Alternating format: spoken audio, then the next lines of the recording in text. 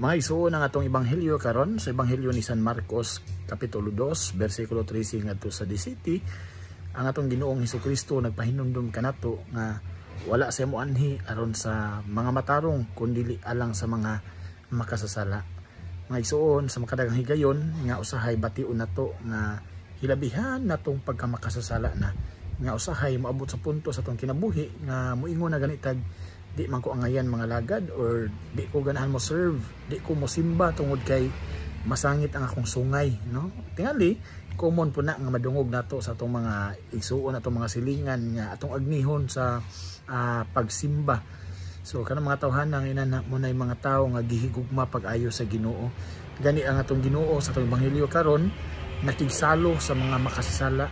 Gisaway siya nganong kining tawhana nakigsalo man sa mga makasasala. So gipatinaw ni Kristo nga mauni ang rason, sila ang rason nganong naa ko dinhi karon.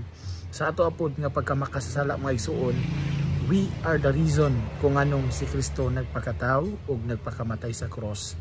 So kita mga igsuon, kita ang rason, no? Wala ta nagpakamatarong, no? Kundi gimatarong ta sa Dios.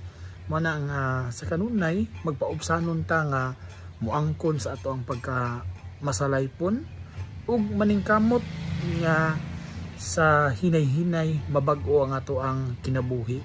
Sama karon sa pagtawag sa atong Ginoo kang Levi nga usa ka kubrador sa buwis, apan sa diha nga misunod siya sa Ginoo nagbag-o siya, no? Iyang gibarian pagbalik ang iyang mga kadtong mga tawo nga iyang maingon nato nga na agrubyado, no?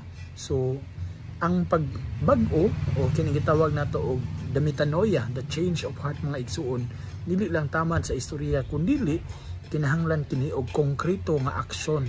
So mo nang sa ato pod nga pagbag-o dili ra taman sa istorya kundi maningkamot kayud kita nga magbag-o ug mag-usab sa mga biyaan nato ang atong daan nga ato ang kinabuhi, biyaan nato ang mga bisyo ug ato nang ipunting ang atong mga mata ngadto kang Kristo aron nga straight gayud, tin-aw na gayud ang ato ang pagsunod ngadto kang Kristo.